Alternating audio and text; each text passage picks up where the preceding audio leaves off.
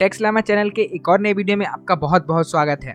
दोस्तों, आज की वीडियो में हम लोग बात करने वाले हैं कि किस तरह से आप CSC VLE के लिए उद्यम रजिस्ट्रेशन कर सकते हैं। दोस्तों, आज की वीडियो में हम एक एक स्टेप पर बात करेंगे, तो वीडियो को अंत तक जरूर देखिएगा इस वीडियो का मैक्सिमम बेनिफिट पाने के लिए और एक एक स्टेप को अच्छे से समझने के लिए। तो यहाँ पर सबसे पहले आपको udyamregister.org वेबसाइट में आ जाना है। आप सिंपली इस वेबसाइट को सर्च कर सकते हैं या फिर आपकी सुविधा के लिए हमने इस वेबसाइट का लिंक नीचे डिस्क्रिप्शन में दिया हुआ है। आप सिंपली डिस्क्रिप्शन में दिए हुए लिंक को क्लिक कर सकते हैं और इस वेबसाइट पर आ सकते हैं। दोस्तों, जैसा कि आप देख सकते हैं यहाँ पास इस वेबसाइट में लिखा हुआ है अन ISO सर्टिफाइड पोर्टल, मतलब ये पूरी तरह से सिक्योर है और ISO सर्टिफाइड भी है। दोस्तों, आपको इस वेबसाइट का इंटरफेस काफ़ी सिंपल देखने मिलता है। यहाँ पास आप बहुत ही आसानी से इस वेबसाइट में अपने डिटेल्स को फिल कर सकते हैं और उद्यम रजिस्ट्रेशन के लिए अप्लाई कर सकते हैं। यहाँ पास आपकी सुविधा के लिए साइड में यहाँ पास इंस्ट्रक्शंस भी देखने मिल जाते हैं आपको।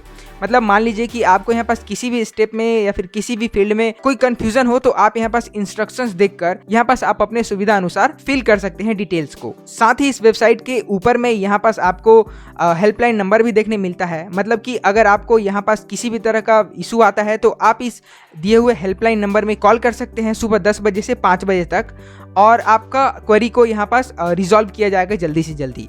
दोस्तों, इस वेबसाइट का इंटरफेस यहाँ पास बहुत ही सिंपल रखा गया है जिससे कि आपको यहाँ पास फॉर्म भरने में किसी भी तरह का यहाँ पास दिक्कत ना हो। साथ ही यहाँ पास इस वेबसाइट का कस्टमर सर्विस भी बहुत फास्ट है और अगर आपको किसी भी तरह का इशू होता है तो आप इस वेबसाइट के दिए हुए नंबर पे कांटेक्ट कर सकते हैं या फिर यहाँ पास कंप्लेंट में जाकर कंप्लेंट कर सकते हैं कि आपको क्या इशू है। दोस्तों, तो चलिए अब करते हैं शुरुआत और समझते हैं कि आप किस तरह से इस वेबसाइट के द्वारा उद्यम रजिस्ट्रेशन का प्रोसेस कर सकते हैं। आपको यहाँ पास इस पेज में यहाँ पास एप्लीकेंट नेम में आपका पूरा नाम लिख देना है जो भी आपके आधार कार्ड में है। यहाँ पास मोबाइल नंबर में आपको आपका मोबाइल नंबर लिखना है। उसके बाद यहाँ पास ईमेल आईडी के बाद यहाँ पास प्लांट एड्रेस में मतलब यहाँ पास जैसे कि देख सकते हैं कि आपका जिस भी क्षेत्र में या फिर जिस भी एड्रेस पे ऑफिस पड़ता है आपका, उसका एड्रेस यहाँ पास लिखना है। फिर उसका यहाँ पास पिन कोड लिखना है। पिन कोड लिखने के बाद आप यहाँ से स्टेट सेलेक्ट कर सकते हैं।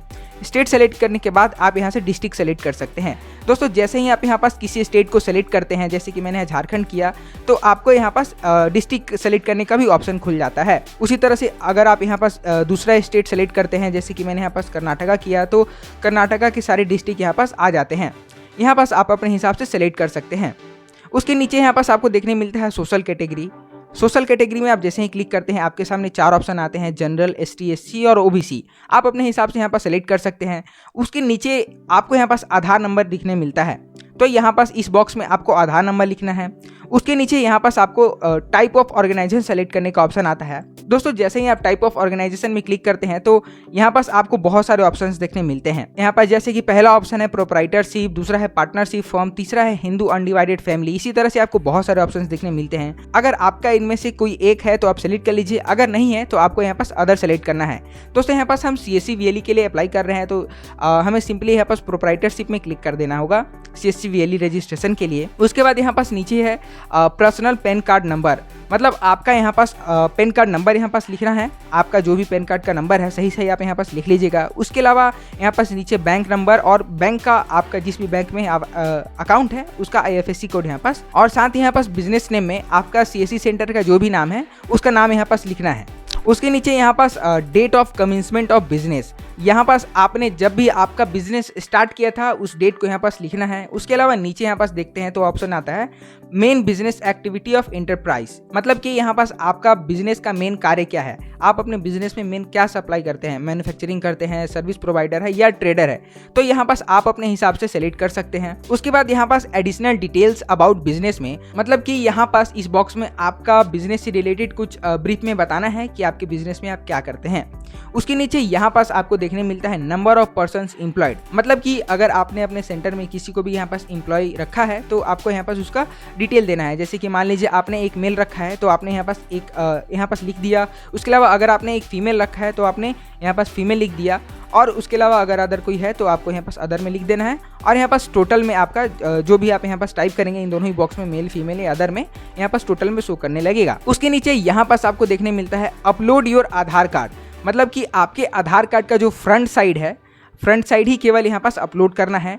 चूज़ फाइल में आपको सिंपली क्लिक कर देना है और चूज़ फाइल में क्लिक करने के बाद आपको यहाँ पास डॉक्यूमेंट सेलेक्ट करके अपलोड कर देना है।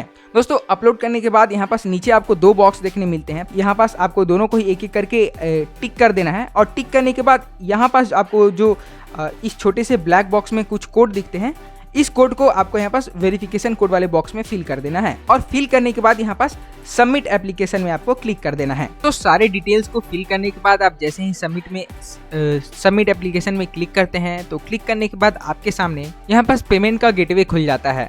दोस्तों यहाँ पास आपको 2700 पेमेंट के लिए बोला जाता है। यहाँ पास सिंपली आपको किसी भी मेथड का यूज़ करके पेमेंट कर देना है।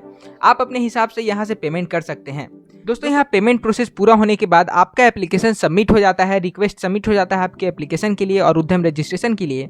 और जैसे ही आपका यहाँ पास रिक्वेस्ट अप्रूव हो जाता है, आपको कुछ इस तरह का यहाँ पास रजिस्ट्रेशन सर्टिफिकेट देखने मिलता है।